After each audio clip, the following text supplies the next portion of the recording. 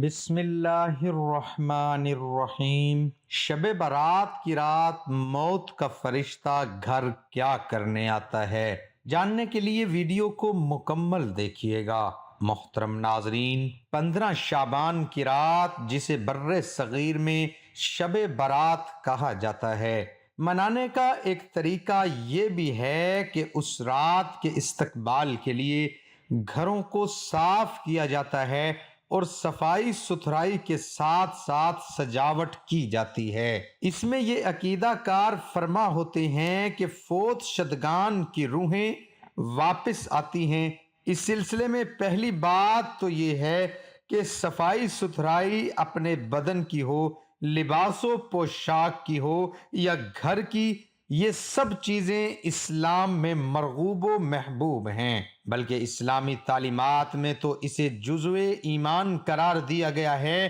اور مختلف طریقوں سے اس کی ترغیب دلائی گئی ہے۔ 15 شعبان کی شام کو گھروں کی صفائی ستھرائی اور سجاوٹ کی تہ میں کار فرما نظریہ کہ اس رات فوت شدگان کی روحیں واپس آتی ہیں، یہ عقیدہ سراسر باطل ہے۔ قرآن و سنت میں اس کا کوئی ثبوت نہیں۔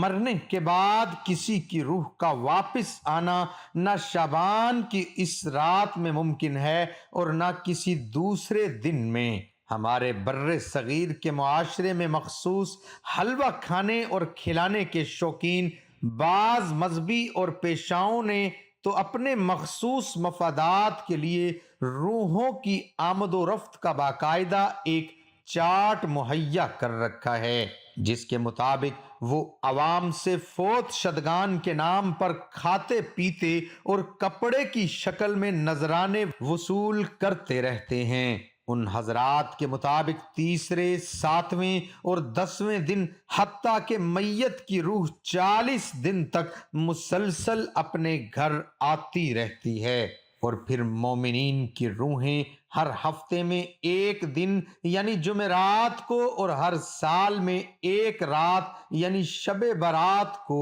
آتی ہے۔ یہ نظریہ و عقیدہ اہل سنت کے متفقہ عقائد کی روح سے صحیح نہیں بلکہ باطل ہے، کیونکہ فوت شدگان برزخی زندگی سے وابستہ ہو جاتے ہیں اور عالم برزخ کا عالم کا دنیا سے کوئی تعلق نہیں۔ کسی صحیح حدیث سے ثابت نہیں کہ اس رات روحیں اپنے گھروں میں واپس آتی ہیں، بلکہ سورۃ المؤمنون آیت نمبر 99-100 میں تو اس کی واضح تردید موجود ہے۔ بدعملی میں مبتلا لوگوں کے بارے میں اللہ تعالیٰ نے فرمایا ہے کہ یہ لوگ اپنے افعال سے باز نہ آئیں گے یہاں تک کہ جب ان میں سے کسی کو موت آ جائے گی تو کہنا شروع کر دے گا کہ اے میرے رب، مجھے اس دنیا میں واپس بھیج دے، امید ہے کہ اب میں نیک عمل کروں گا۔ جسے چھوڑ کر آیا ہوں ہرگز نہیں، یہ تو بس ایک بات ہے جو وہ کہہ رہا ہے۔ اب ان سب مرنے والوں کے پیچھے برزخ پردہ حائل ہے جو دوسری زندگی کے لیے اٹھائے جانے کے دن قیامت تک رہے گا۔ بعض لوگ 30ویں پارے کی سورۃ القدر کے الفاظ سے دھوکہ کھاتے یا مغالطہ دیتے ہیں اور ان الفاظ کا ترجمہ یہ کرتے ہیں کہ اس رات یعنی لیلۃ القدر میں فرشتے اور روحیں اترتی ہیں۔ یہ باور کرانے کی کوشش کی جاتی ہے کہ اس سے روحوں کا اترنا ہی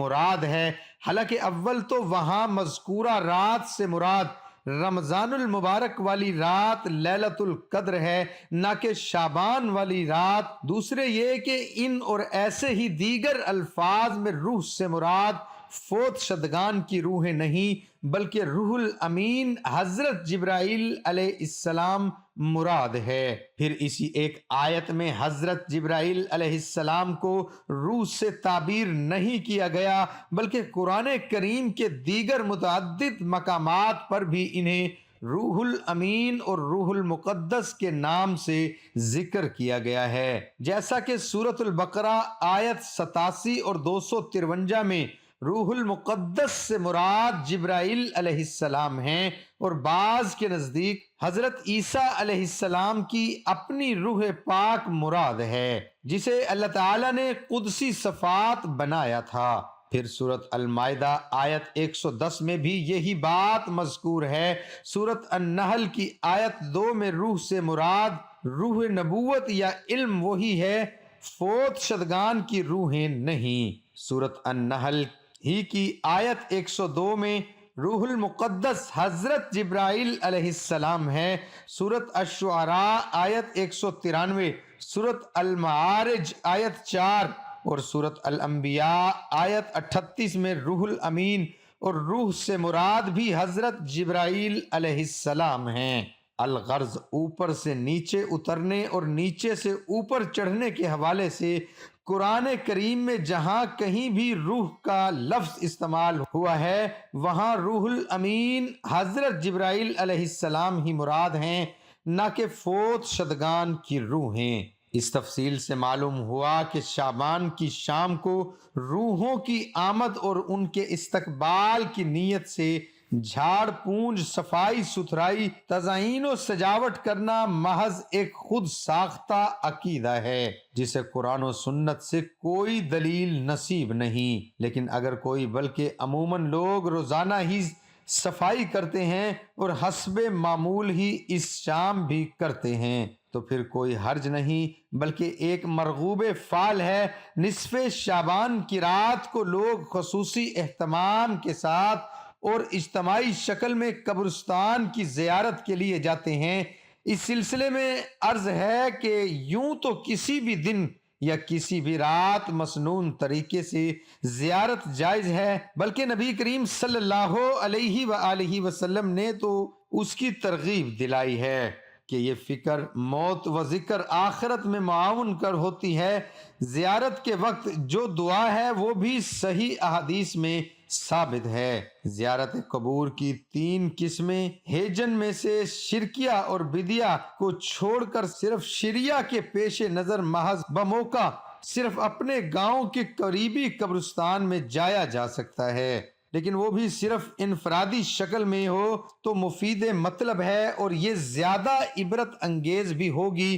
جب بہت سارے لوگ مل کر قبرستان میں جائیں گے تو ظاہر ہے کہ انہیں وہ عبرت حاصل نہیں ہو سکتی جو اکیلے شخص کے لیے ممکن ہے۔ نبی اکرم صلی اللہ علیہ وآلہ وسلم کا عمل اس بات پر شاہد ہے کہ آپ اس غرض سے جو زیارت قبور کے لیے تشریف لے گئے تو اکیلے تھے، باجماعت نہیں تھے۔ 15 شعبان کی رات المعروف شب برات کا روزہ رکھا جاتا ہے اور رات کو ذکر و عبادت کے لیے مخصوص کیا جاتا ہے، اور سب سے زیادہ معروف و معمول طریقہ یہی ہے۔ نبی کریم صلی اللہ علیہ وآلہ وسلم بلا تخصیص یوم اس ماہ شعبان کے بکثرت روزہ رکھا کرتے تھے۔ جو شخص صوم داؤدی کا عادی ہو وہ اس ماہ کے حسب معمول روزے رکھ سکتا ہے، اس میں چاہے 15 شعبان کا روزہ بھی ہو، چاہے رمضان سے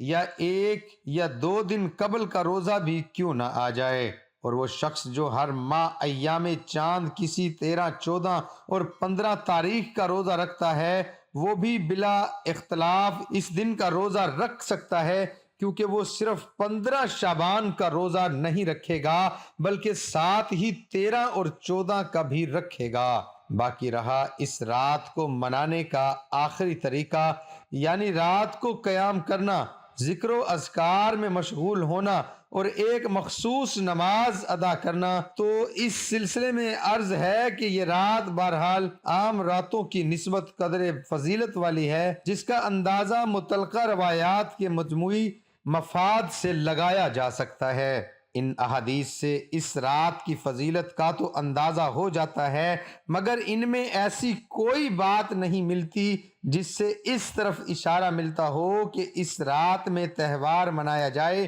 دعا ہے کہ اللہ تعالی ہم سب کو بدعت سے بچنے کی توفیق عطا فرمائے اور ہم سب کو شریعت کے مطابق زندگی گزارنے کی توفیق عطا فرمائے اور ہم سب کا خاتمہ ایمان پر فرمائے، آمین ثم آمین۔ ناظرین کمنٹ باکس میں اللہ تعالیٰ کے 99 ناموں میں سے ایک نام کمنٹ میں ضرور لکھیں۔